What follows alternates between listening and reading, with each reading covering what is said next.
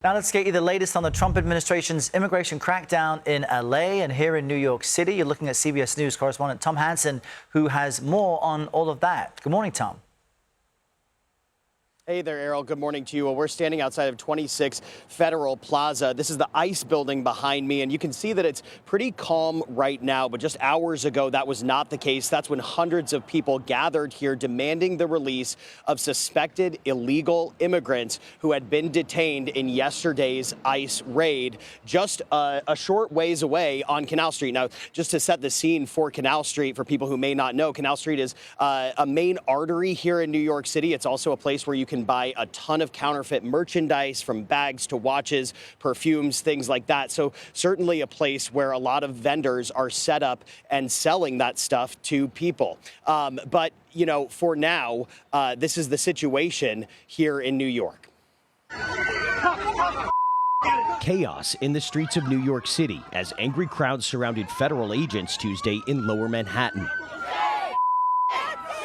Agents descended on Canal Street in Chinatown, targeting street vendors allegedly selling designer knockoffs.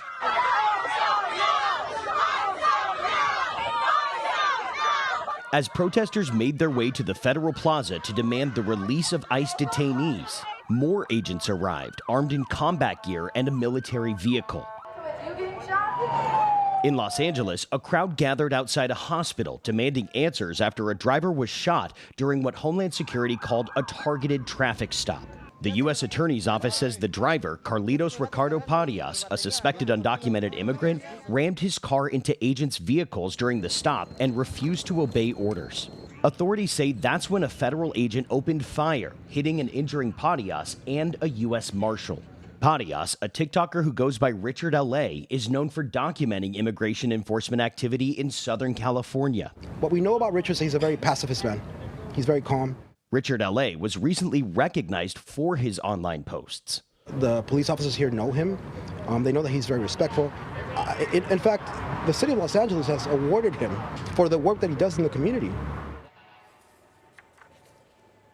Now, Parias has been charged with assaulting a federal officer. He's expected in court later today in Los Angeles. Errol, that's certainly something we're going to be watching very closely throughout the day. Yeah, very important. Tom, thank you.